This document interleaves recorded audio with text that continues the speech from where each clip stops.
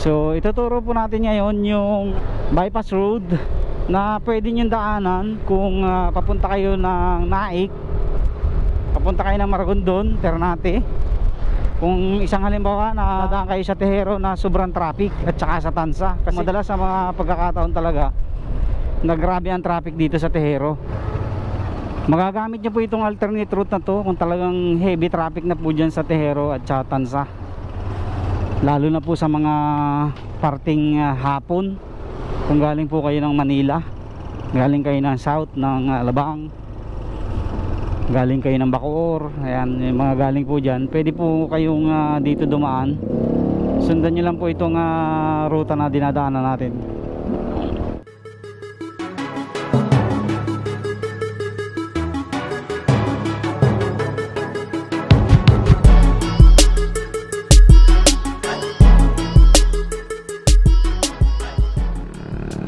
Yo, what's up mga kadite? Welcome back dito sa ating YouTube channel. Kamusta po kayo? Isang mapagpalang araw po sa inyong lahat. Good morning, good morning, good morning po sa inyong lahat. At ngayong araw naman po ay meron tayong ituturo sa inyo na panibagong shortcut ulit. Pero doon pa rin tayo dadaan sa Anyana.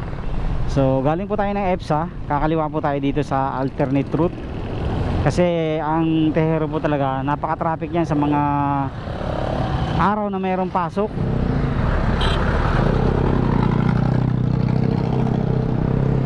Ayan, dito po tayo.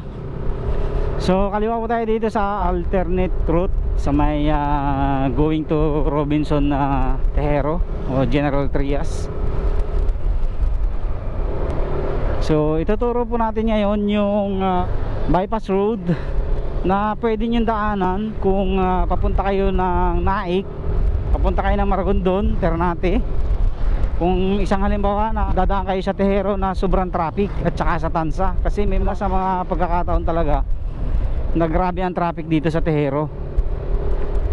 So kung kayo pa ay galing dito sa EDSA or galing kayo ng Manila, sundan nyo po itong video na to para makaiwas po kayo sa traffic, yung heavy traffic talaga dito sa Rosario, sa General Trias at sa Tansa, Cavite. So kung kayo po ay galing ng Manila, kumaliwa lang po kayo dito sa kanto na to. Ito po yung yung Robinson Tejero, yan. So ito naman po yung galing sa Manila. Tapos ito pong nasa kanan natin ay papunta ng Tejero. So kung kayo po ay papunta galing ng Manila, kaliwa lang po kayo dito, yan, katulad niyan truck na yan, kakaliwa sila. At kung kayo naman ay galing ng EDSA, diretso lang. Wala pang stoplight dito eh. Ayan. So kaliwa lang po tayo rito sa gilid ng Dream Homes. So yung mga galing ng Manila, galing ng Alabang, ayan, galing ng Bulacan. So talagang sobrang traffic po talaga sa Tejero at dyan sa Tansa. Bali ang madadaanan nyo pong traffic dyan, Tejero, dito pa lang sa may Divine, traffic na yan eh. And then Umboy, tapos matatraffic pa kayo sa may DB Mart, sa may tapat ng Pure Gold, yung papasok ng palengke. And then ang kasunod nun, crossing ng Tansa. Tapos ang kasunod pa nun, SM Tansa. So kaya ito po, ituturo ko sa inyo yung pinakamagandang alternate route o bypass road. Ayan, kanan po kayo dito sa may gilid ng Sabungan.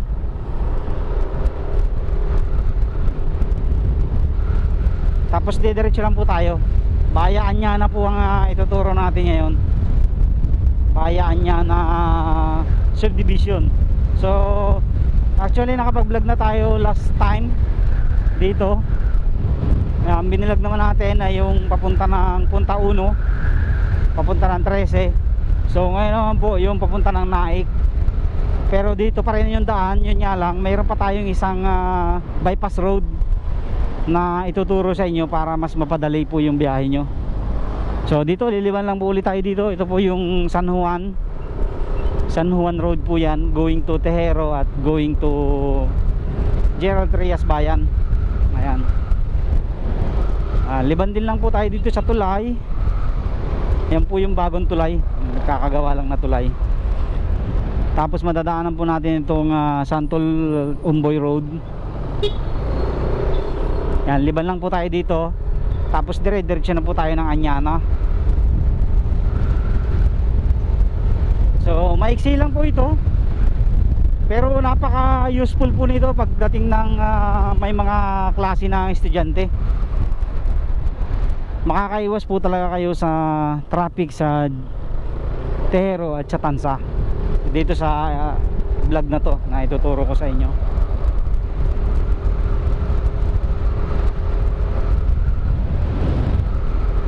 So dire-diretso lang po tayo.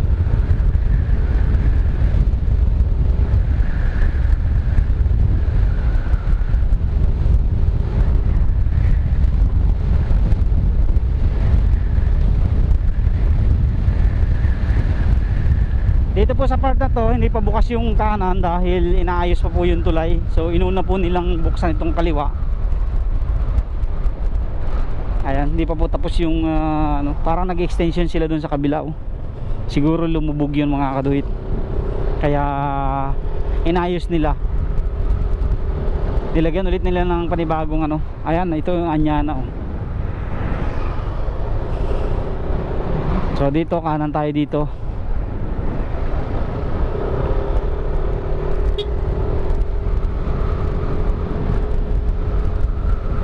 So dire-diretso lang po ito. Ito yung Springtown, yung makikita nyo na yan. Springtown po yan. Magkadikit na magkadikit lang po ito, Anyana at Springtown. So last time po dumiretso tayo doon sa papunta ng Punta Uno, yung bypass road naman doon. Tapos ngayon naman po dito tayo lalabas sa Mulawin. Ayan, Mulawin po ito. Kanan po kayo dito sa may bilog. May bilog po, kung napansin nyo yung bilog doon. Kanan po kayo dito. Tapos kung gusto nyo na sa bayan ng Tansa dumaan, kakanan kayo dito. Papunta na po yan ng bayan ng Tansa sa may crossing ng McDo, Jollibee at SM. Pero kung matraffic nga po dyan, ituturo ko sa inyo kung saan kayo pwedeng dumaan na hindi kayo matatraffic doon. So ito po, sundan nyo po ako. Yan, kaliwa po kayo dito. Yung mga papunta po ng Naik, Maragondon, Ternate. Ayan, dito po. Kanan, kaliwa po kayo dito, papunta ng going to 13. Tapos, slow down lang po kayo, slow down. Dandahan lang po kayo. Tapos may makikita kayo na Alphamart. Ayan, Alphamart.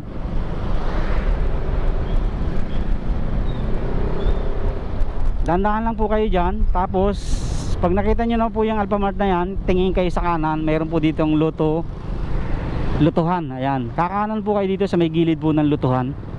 Ayan, wala naman pong ibang lutuhan dito sa Mulawin, yan lang. Tapos pasok po kayo dito sa iskinita na to.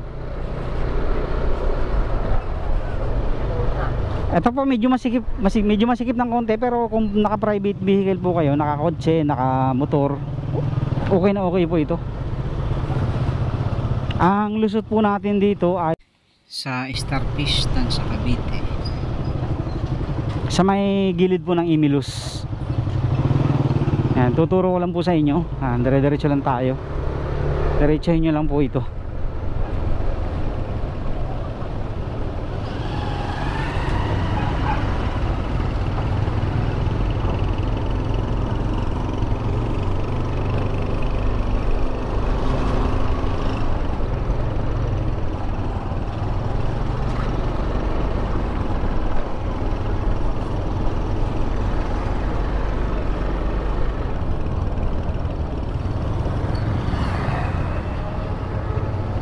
Magagamit nyo po itong alternate route na to kung talagang heavy traffic na po dyan sa Tehero at sa Tansa, lalo na po sa mga parting hapon. Kung galing po kayo ng Manila, galing kayo ng south ng Alabang, galing kayo ng Bacoor, ayan, yung mga galing po dyan, pwede po kayong dito dumaan.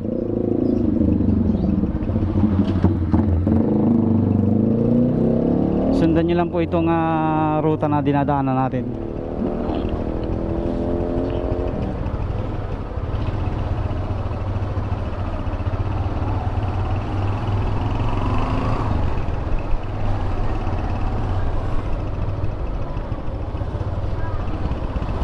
Ito po yung ano, bypass road via Mulawin to Star Piston sa Cavite. Ito maiksi lang po ito, mga 1 kilometer lang siguro to. Ayan, dire-diretso po tayo. Madadaanan nyo po yung San Mara Subdivision dito sa kaliwa.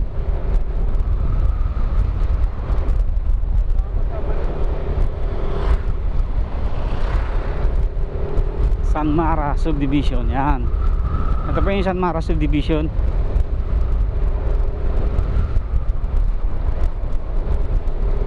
Kung gusto nyo ma-skip po yung traffic ng Tejero at Tansa, yan, ito po. Ito po dinadaanan natin ay makakatulong po ito sa inyo.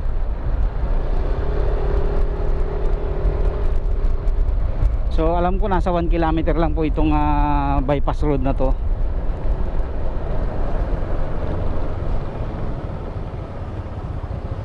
Ayan, madadaanan po natin yung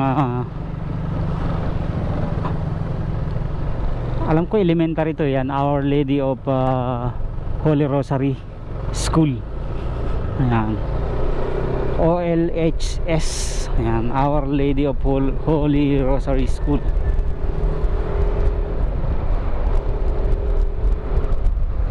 Ayan, pag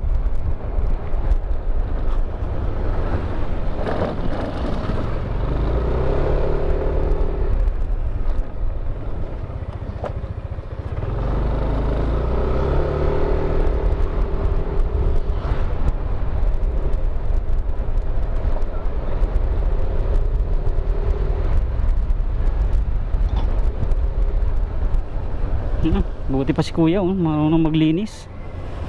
So eto na po yung exit. Kung kayo po ay pupunta ng Naik, Maragondon, Ternate, kakaliwa na po tayo dito. Ayan, kaliwa po tayo dyan. Kaliwa, kaliwa, kaliwa. Tapos diretso na po ito ng Naik, Maragondon, Ternate. Ayan. So yun po, sana nakatulong po sa inyo yung video natin. Dire-diretso na po ito papunta ng Naik. Yung pong nasa likod natin, yung galing sa bayan ng Tansa. Ayan. So ayan na po yung bagong bypass na dinaanan natin, na pwede po sa inyo kung gusto nyo makatipid sa traffic o makaiwas sa traffic dyan sa Tejero at sa Tansa, Cavite, sa bayan ng Tansa. So ito po ang sundan yung daan. So hanggang dito na lang po yung video natin. At kung meron pa po kayong ibang request dito sa ating mga bypass dito sa area ng Gentry, Tansa, Rosario, ay comment nyo lang po yan sa baba at ating susubukan puntahan pagka wala po tayong masyadong gawa. So ito po, siningit ko lang po ito dahil kakagaling lang natin sa pag-deliver. At nagatid din tayo kay Commander sa trabaho niya. Wala kasi akong pasok ngayon medyo tanghali na po, 8:47 na, hindi pa tayo nakakaumpisa sa gawa natin. So thank you very much po. Shoutout po sa inyong lahat. God bless po sa inyong lahat. Tuloy-tuloy lang po tayo.